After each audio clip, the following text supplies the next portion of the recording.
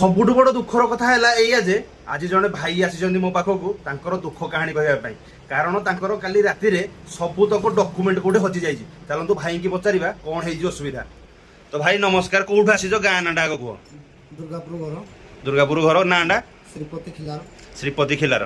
କ'ଣ ହେଇଛି ଅସୁବିଧା କୁହନ୍ତୁ। ଦୁଇଟିରୁ ଆସୁଥିଲି, ଦୁଇଟି ଛୁଟି ହେଲା।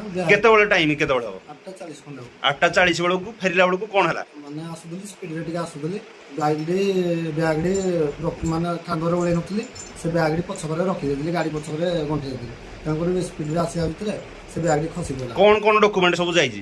ଆଧାର କାର୍ଡ଼ ଆଉ ଲାଇସେନ୍ସ, ୟେଲୋ କାର୍ଡ଼ ଆଉ ଟାଟା ପଞ୍ଚିଂ ଥିଲା ଏଥିରେ, ଆଉ ATM କାର୍ଡ଼ ଯୋଡ଼େ ଥିଲା। ଏମିତି ସବୁ ଡକୁମେଣ୍ଟ ଭିତରେ ଥିଲା ବ୍ୟାଗ୍ ଭିତରେ। ଯଦି କିଏ ସହୃଦୟ ବ୍ୟକ୍ତି ଏଇ ବ୍ୟାଗଟିକୁ ପାଇଛନ୍ତି ତାହେଲେ ଦୟା କରିକିନି ଏଇ ଦିଆଯାଇଥିବା ଫୋନ୍ ନମ୍ବରରେ କଲ୍ କରନ୍ତୁ। କାରଣ ଭାଇ ବହୁତ ହଇରାଣ ହେଉଛନ୍ତି, ଯେହେତୁ ସେଥିରେ ତା ଟାଟାର କମ୍ପାନୀର ପଞ୍ଚିଂ କାର୍ଡ଼ଟି ଅଛି। ସେ ବର୍ତ୍ତମାନ ଡ୍ୟୁଟି ବି ଯାଇପାରୁନାହାନ୍ତି, ସେଇ ପଞ୍ଚିଂ କାର୍ଡ଼ ବିନା ଡ୍ୟୁଟିକୁ ଯାଇପାରିବ ନାହିଁ। ତ ଦୟା କରିକିନି ଯଦି କିଏ ହୃଦୟବାନ ବ୍ୟକ୍ତି ଏଇ ବ୍ୟାଗଟିକୁ ପାଇଛନ୍ତି ତାହେଲେ ଏଇ ନମ୍ବରରେ ଦୟା କରିକିନି କଲ୍ କରନ୍ତୁ। ନମସ୍କାର, ଜୟ ଜଗନ୍ନାଥ। ଭିଡ଼ିଓଟିକୁ ସେୟାର କରିବା ପାଇଁ ଅନୁରୋଧ କରୁଛି।